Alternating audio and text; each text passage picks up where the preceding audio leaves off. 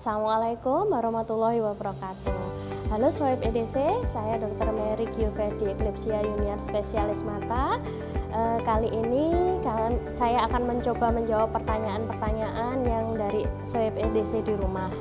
Tetapi sebelum itu, silakan subscribe dan tekan tombol lonceng untuk dapat melihat video-video menarik dari kami. Oke, kita langsung lanjut ke pertanyaan-pertanyaannya. Kak, mau nanya, nenek saya tekanan darahnya tinggi dan punya kolesterol juga tinggi. Apakah boleh melakukan operasi katarak? Jadi operasi katarak itu memang memerlukan beberapa syarat. Syaratnya tensinya atau tekanan darahnya tidak boleh lebih dari 160 mm merkuri. Kemudian kalau untuk kolesterol itu tidak masalah, walaupun tinggi tetap bisa melakukan operasi katarak, tetapi tetap harus dikontrol dan dirutin untuk dilakukan pengobatan ke dokter penyakit dalam. Kemudian yang lain adalah gula darah. Gula darah juga harus di bawah 200 ketika akan melakukan operasi katarak. Seperti itu ya. Kemudian pertanyaan selanjutnya. Permisi, mau bertanya. Anak saya umurnya 3 bulan lebih 20 hari. Tetapi bola mata yang bagian hitam sering berada di tengah dalam dua-duanya. Apakah itu tidak apa-apa atau harus diperiksakan dan apakah ada obatnya? Oke, kalau ini kita menyebutnya mata juling pada anak atau strabismus. Dan strabismus itu sebentar, kita lihat gambarnya dulu. Oh ya, ini adalah gambaran mata pada anak yang seperti tadi digambarkan. Jadi bagian hitamnya itu di tengah. Nah, pada seperti ini bisa juga strabismusnya atau julingnya merupakan juling yang tidak sebenarnya, karena ini adalah jembatan hidungnya ini terlalu lebar. Jadi dia kelihatannya juling ke dalam, padahal dia jembatan hidungnya ini terlalu lebar, jadi kelihatannya dia juling, padahal dia sebenarnya adalah normal. Ini harus diperiksakan ke dokter supaya kita mengetahui apakah anak ibu ini benar-benar juling atau hanya mengalami sebuah pseudostrabismus seperti itu ya. Oke. Kemudian ada pertanyaan lagi. Ini cukup banyak ini pertanyaannya. Maaf, mau tanya. Mata saya kan sudah minus 4 lebih sedikit. Apa bisa sembuh tanpa operasi? Nah, ini tentang mata minus ya. Sekarang kita lihat gambarnya lagi. Kita sekarang tentang penjelasan mata minus. Jadi mata minus itu terjadi apabila fokus objeknya itu tidak jatuh pada retina. Jadi kalau mata normal, gambaran seperti ini, dia fokusnya jatuh di retina. Ya, ini jelas penglihatannya. Tetapi kalau mata minus atau miopi itu sumbu bola mata dari depan ke belakang ini lebih lonjong dari normal. Jadi bayangannya hanya sampai di tengah sini, tidak sampai di belakang sini. Jadi penglihatannya akan kabur tanpa kacamata. Kemudian gambaran bawah ini, apabila diberikan kacamata minus, bayangan ini akan sampai di sarafnya. Dan ini yang membantu penglihatan orang-orang yang memiliki mata minus jadi lebih jelas dengan bantuan kacamata min. Jadi apakah bisa mata minus ini sembuh tanpa operasi? Ya enggak bisa, ya memang harus memakai kacamata. Kalau operasi ya bisa, tetapi dilihat dulu usianya. Kalau usianya masih belum dewasa, itu masih belum bisa operasi untuk operasi lasik. Tapi kalau usianya sudah dewasa, itu sudah bisa dilakukan operasi lasik. Oke, seperti itu. Lagi ya, selanjutnya. Assalamualaikum dokter. Waalaikumsalam. Saya ingin bertanya, saya berumur 26 tahun. 5 tahun lalu saya operasi katarak. Tiba-tiba sekarang lensa buatan saya bergeser dan mengakibatkan penglihatan saya ganda dan buram. Apakah lensa yang bergeser setelah operasi katarak masih bisa ditangani? Nah, untuk kasus ini sebenarnya kita nggak bisa langsung bilang ya, ini harus ada pertanyaan-pertanyaan lainnya. Nah, ini Ini adalah lensa yang telah ditanamkan ke sebagai ganti dari katarak. Jadi ini usianya masih muda ya, 26 tahun. 5 tahun lalu sudah operasi katarak. Kalau operasi katarak pada usia muda ada beberapa kemungkinan. Kemungkinan pertama memang kataraknya katarak juvenile atau katarak yang usia muda.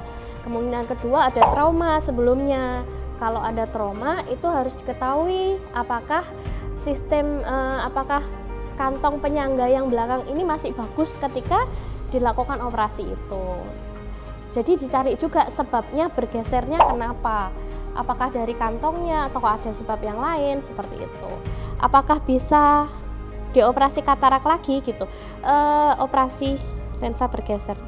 Kalau penanganannya ya kalau tergantung dari penyebabnya itu tadi. Kalau penyebabnya kantongnya sudah rusak, memang sulit ya, soalnya operasinya sudah 5 tahun yang lalu, jadi lensanya itu mungkin fix, tempatnya juga sudah fix, jadi memang harus diperiksakan ke dokter spesialis mata lagi. Kita nggak bisa menduga-duga ini bisa dilakukan operasi lagi atau enggak, itu memang harus diperiksakan ke dokter, nggak bisa saya langsung bisa bilang di sini harus diperiksa lagi ya. Oke, yang selanjutnya, Kak, mata saya ptosis, cara menyembuhkan mata saya gimana ya Kak?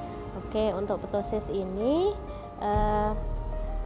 dapat kita lihat, yaitu ptosis adalah istilah yang untuk menggambarkan mata yang lebih menutup daripada normal. Jadi seperti mata mengantuk gitu ya. Jadi ptosis ini bisa terjadi pada satu mata atau pada kedua mata. Kemudian ptosis ini juga bisa terjadi pada usia muda atau dari kongenital, bisa juga terjadi tiba-tiba pada usia dewasa.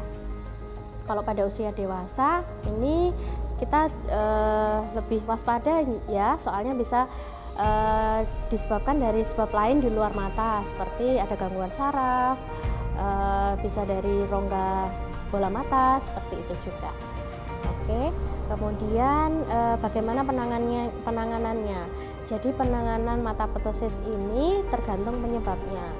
Kalau penyebabnya dari kongenital, itu mungkin harus dari kecil, dari bayi mungkin harus segera ditangani dengan operasi. Soalnya apabila tidak, penglihatannya akan terganggu, sehingga bisa terjadi mata juling atau mata malas pada anak kalau tidak segera dilakukan pembukaan pada ptosisnya ini. Kemudian kalau mata ptosis yang terjadi pada orang dewasa, kita harus mengetahui penyebabnya apa. Soalnya orang dewasa ini mengalami ptosis, penyebabnya bisa terjadi di luar mata. Oleh karena itu, dokter mata mungkin juga akan bisa mengkonsulkan penderita ptosis ini kepada spesialis yang lain untuk menemukan penyebab dari ptosis itu. Oke, begitu penjelasan dari ptosis. Kemudian kita lanjutkan ke pertanyaan berikutnya.